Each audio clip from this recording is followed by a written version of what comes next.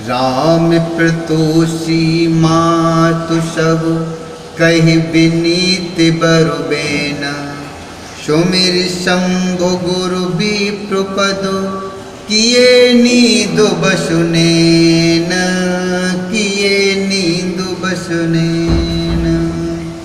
विनय भरे उत्तम वचन कहकर श्री रामचंद्र जी ने सब माताओं को संतुष्ट किया। फिर शिव जी गुरु और ब्राह्मणों के चरणों का स्मरण करके नेत्रों को नींद के वश किया, अर्थात वे सो गए, अर्थात वे सो रहे। नींदऊ बदन सोह सुठिलोना, मनहु सांझ सरसीरु सोना।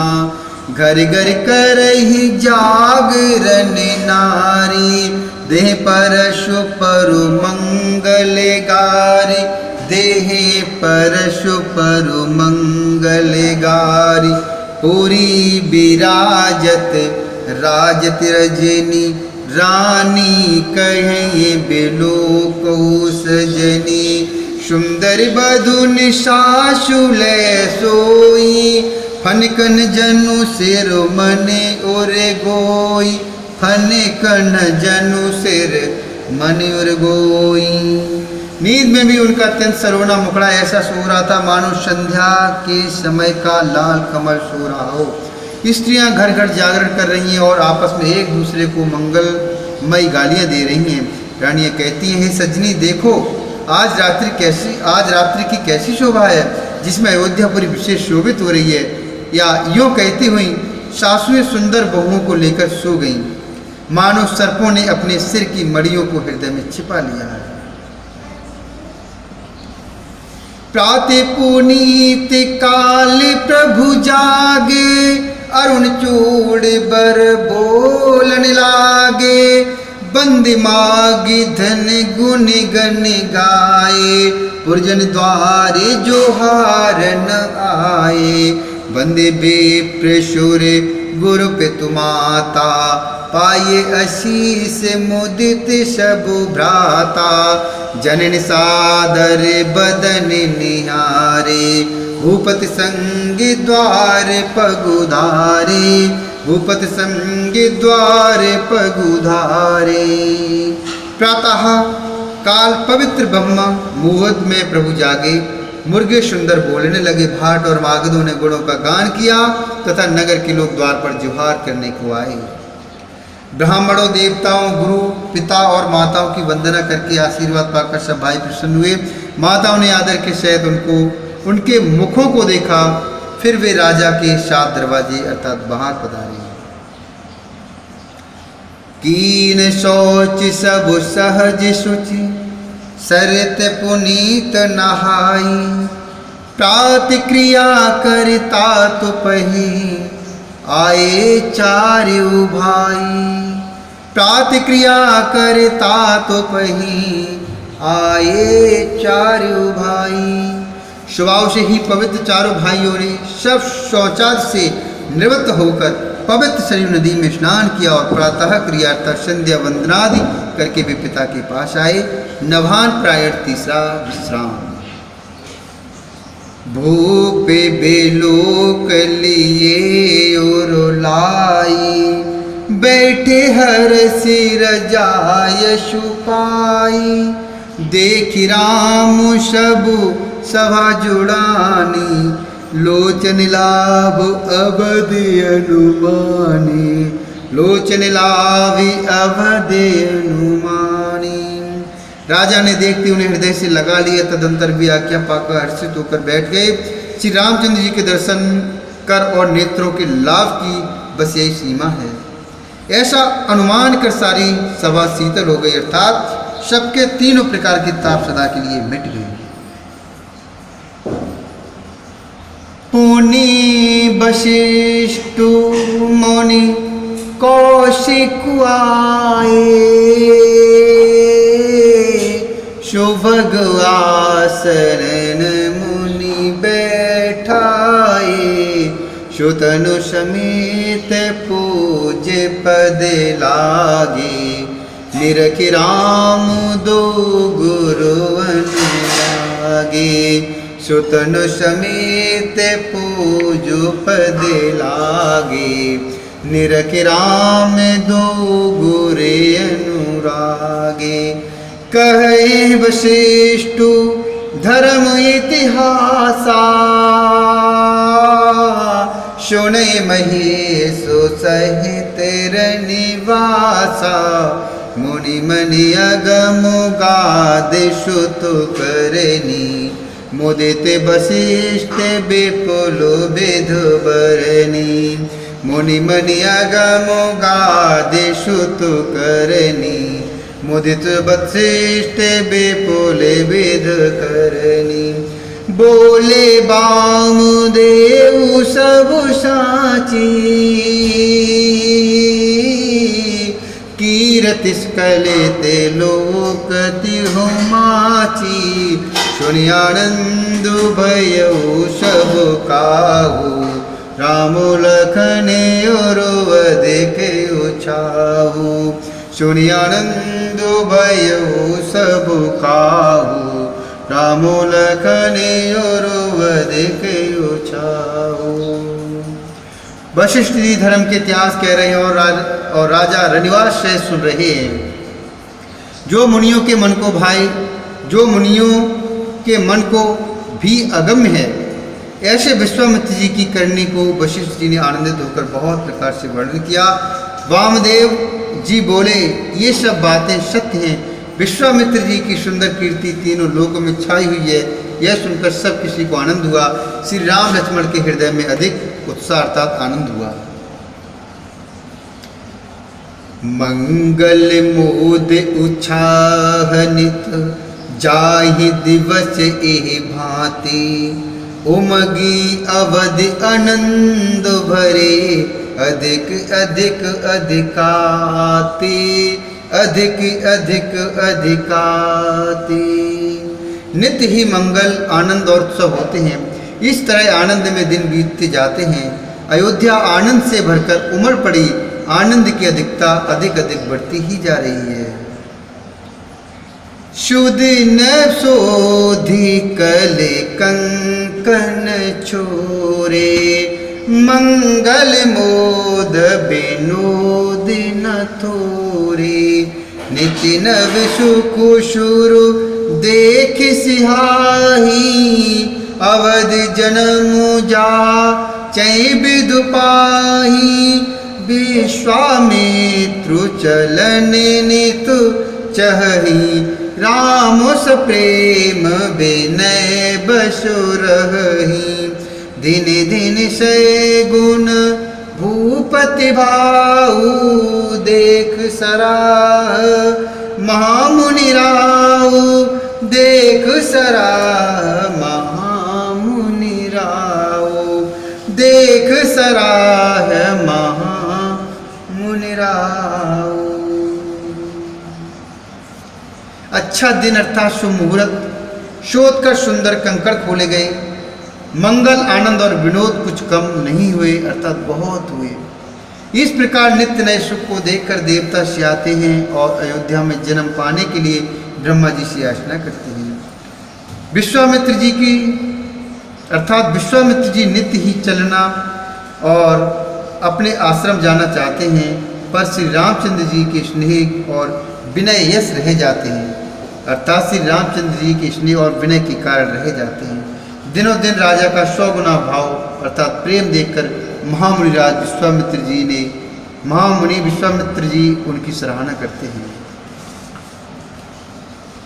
मागतु बिदाराऊ अनुरागे, सुतन समेत ठाड़ो भे आगे।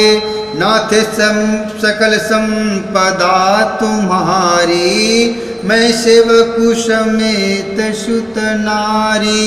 नाथ सकल संपदा तुम्हारी, मैं सेवकु समेत सुत नारी। करव सदा लरकने पर छोहू, दर्शन देत रहब मुनि मोहू। अस कराऊ सहित सुत रानी, पर चरण मुख आव न बानी। दीन असीस विप्र बहु भांति, चले न प्रीत रीति कहे जाति, रामुष प्रेम संग सब भाई, आयु पाई फिरे पहुँचाई। रामुष प्रेम संग सब भाई, आयु पाई फिरे पहुँचाई, आयु पाई फिरे पहुँचाई। अंत में जब विश्वामित्र जी ने विदा मांगी तब राजा प्रेम मग्न हो गए और पुत्रों सहित आगे खड़े हो गए और वे बोले, हे नाथ, यह सारी संपदा आपकी है, मैं तो स्त्री अर्थात पुत्रों सहित आपका सेवक हूँ। अर्थात मैं तो स्त्री पुत्रों सहित आपका सेवक हूँ। हे मुनि, लड़कों पर सदा स्नेह करते रहिएगा और मुझे भी दर्शन देते रहिएगा। ऐसा कहकर पुत्रों और रानियों सहित राजा दशरथ जी विश्वामित्र जी के चरणों में गिर पड़े। प्रेम विह्वल हो जान के अर्थात प्रेम विह्वल हो जाने के कारण उनके मुंह से बात नहीं निकलती। ब्राह्मण विश्वामित्र जी ने बहुत प्रकार से आशीर्वाद दिए और वे चल पड़े। प्रीति की रीत कही नहीं जाती। सब भाइयों को साथ लेकर श्री राम जी प्रेम के साथ उन्हें पहुंचाकर और आज्ञा पाकर लौटे। राम रूप भूपति भगति, राम रूप भूपति भगति, ब्याहु छाऊ आनंदु, जाति सराहत मन ही मन, मुदित गाधि कुल चंदर तुलसी, मुदित गाधि कुल चंदू। गाधि कुल के चंद्रमा विश्वामित्र जी बड़े हर्ष के साथ श्री रामचंद्र जी के रूप, राजा दशरथ जी की भक्ति और चारों भाइयों के विवाह और सबके उत्साह और आनंद को मन ही मन सराहते जाते हैं।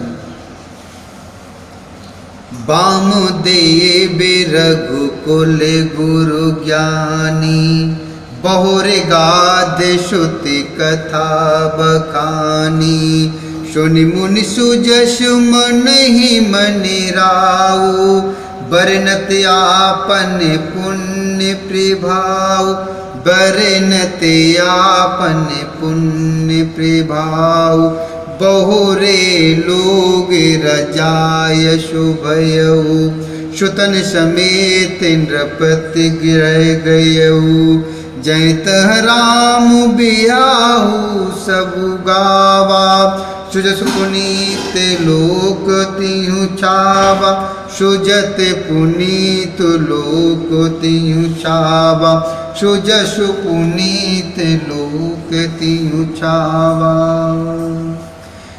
वामदेव जी और रघुकुल के गुरु ज्ञानी वशिष्ठ जी ने फिर विश्वामित्र जी की कथा बखान कर कही। मुनि का सौंदर्य सुनकर राजा मन ही मन अपने पुण्यों के प्रभाव का बखान करने लगे। आज्ञा हुई तब सब लोग अपने अपने घर को लौटे।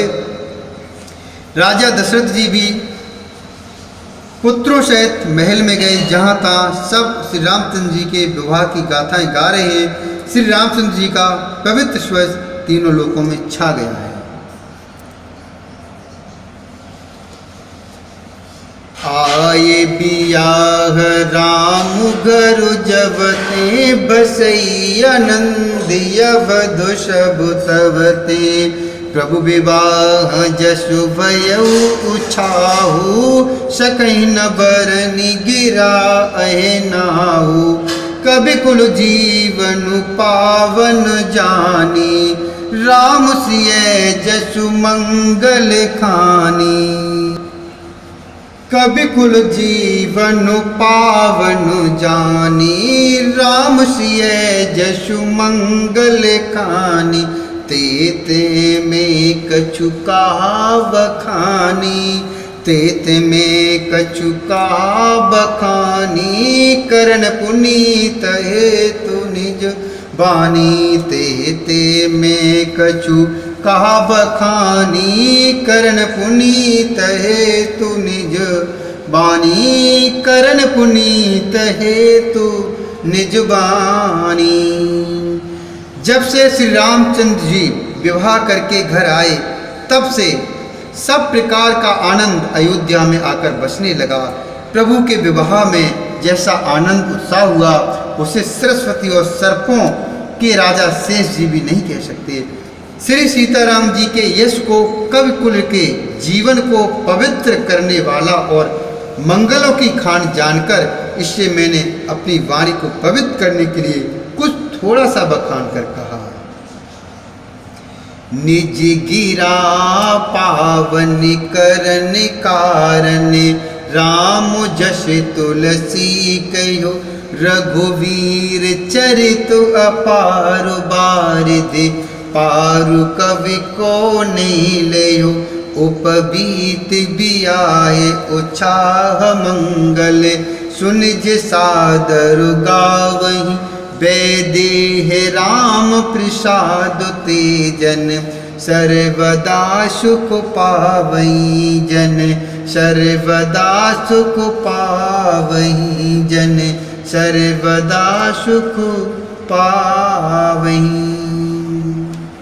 अपनी वाणी को पवित्र करने के लिए तुलसी ने राम का यश कहा, अर्थात नहीं तो श्री रघुनाथ जी का चरित्र अपार समुद्र है, किस कवि ने उसका पार पाया है। जो लोग यज्ञोपवीत और विवाह के मंगलमय उत्सव का वर्णन आदर के साथ सुनकर गावेंगे वे लोग श्री जानकी जी और श्री राम जी की कृपा से सदा सुख पाएंगे। सिय रघुवीर विबाहु जी सपे मुगा वही सुनई तेन कहूँ सदा उछाऊ मंगलाय तन राम जसु तेन कहूँ सदा उछाऊ मंगलाय तन राम जसु। श्री सीता जी और श्री रघुनाथ जी के विवाह प्रसंग को जो लोग प्रेम पूर्वक गाएं सुनेंगे अर्थात गाएंगे और सुनेंगे उनके लिए सदा उत्साह अर्थात आनंद ही आनंद उत्साह ही उत्साह है, क्योंकि श्री रामचंद्र जी का यश मंगल का धाम है। मास परायण 12वां विश्राम। इत श्रीमद् रामचरित मानसे सकल कल कलुषु विदुवंसने प्रथमः सोपानः समाप्तः प्रथमः सोपानः समाप्तः। कलयुग के संपूर्ण पापों को विध्वंस करने वाले श्री रामचरितमानस का यह पहला सोपान समाप्त हुआ। बालकांड समाप्त। बोली श्यावर रामचंद्र भगवान की जय। बोली श्री हरि नारायण भगवान की जय। बोली शंकर भगवान की जय। बोली हनुमान जी महाराज की जय। ओ